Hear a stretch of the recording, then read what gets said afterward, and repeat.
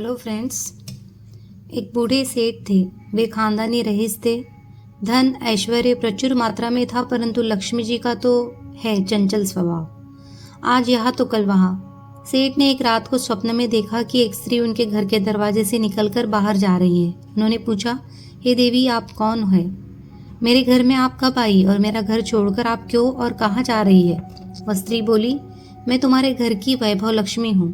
कई पीढ़ियों से मैं यहाँ निवास कर रही हूँ, किंतु अब मेरा समय यहाँ पर समाप्त हो गया है, इसीलिए मैं ये घर छोड़कर जा रही हूँ। मैं तुम पर अत्यंत प्रसन्न हूँ, क्योंकि जितना समय मैं तुम्हारे पास रही तुमने मेरा सदुपयोग किया।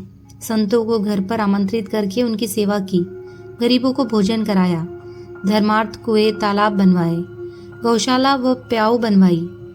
तुमने लोक कल्याण के कई कार्य किए। अब जाते समय मैं तुम्हें वरदान देना चाहती हूँ, जो चाहे मुझसे मांग लो। सेठ ने कहा, मेरी 4 बहुएं हैं, मैं उनसे सलाह मशवरा करके आपको बताऊंगा। आप कृपया कल रात को पधारें। सेठ ने चारों बहुओं की सलाह ली। उनमें से एक ने अन्न के गोदाम तो दूसरी ने सोने चांदी से तिजोरियां भरवाने के लिए कहा, किंतु सबसे छोटी बहू धार्मिक कुटुंब से आई थी। बचपन से ही सत्संग में जाया करती थी।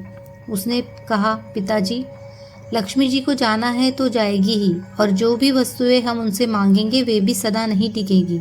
यदि सोने चांदी रुपए पैसों के ढेर मांगेंगे तो हमारी आने वाली पीढ़ी के बच्चे अहंकार और आलस में अपना जीवन बिगाड़ देंगे। इसीलिए आप लक्ष्मी जी से कहना कि वे जाना चाहती है तो अवश्य जाए, किंतु हमें यह वरदान दे कि हमारे घर में सज्जनों की सेवा पूजा हरि कथा सदा होती रहे तथा हमारे परिवार के सदस्यों में आपसी प्रेम बना रहे, क्योंकि परिवार में प्रेम होगा तो विपत्ति के दिन भी आसानी से कट जाएंगे। दूसरे दिन रात को लक्ष्मी जी ने स्वप्न में आकर सेठ से पूछा, तुमने अपनी बहुओं से सलाह मशवरा कर लिया?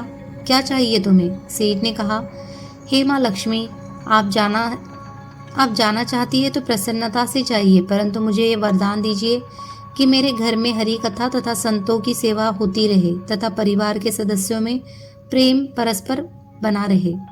यह सुनकर लक्ष्मी जी चौंक गई और बोली, यह तुमने क्या मांग लिया?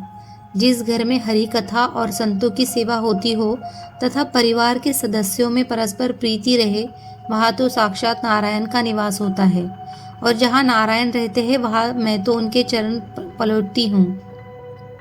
मैं चाहकर भी उस घर को छोड़कर नहीं जा सकती। यह वरदान मांगकर तुमने मुझे यहाँ रहने के लिए विवश कर दिया है। दोस्तों, लक्ष्मी उसी घर में वास करती है जहाँ पति पत्नी में आपसी प्रेम और सम्मान होता है।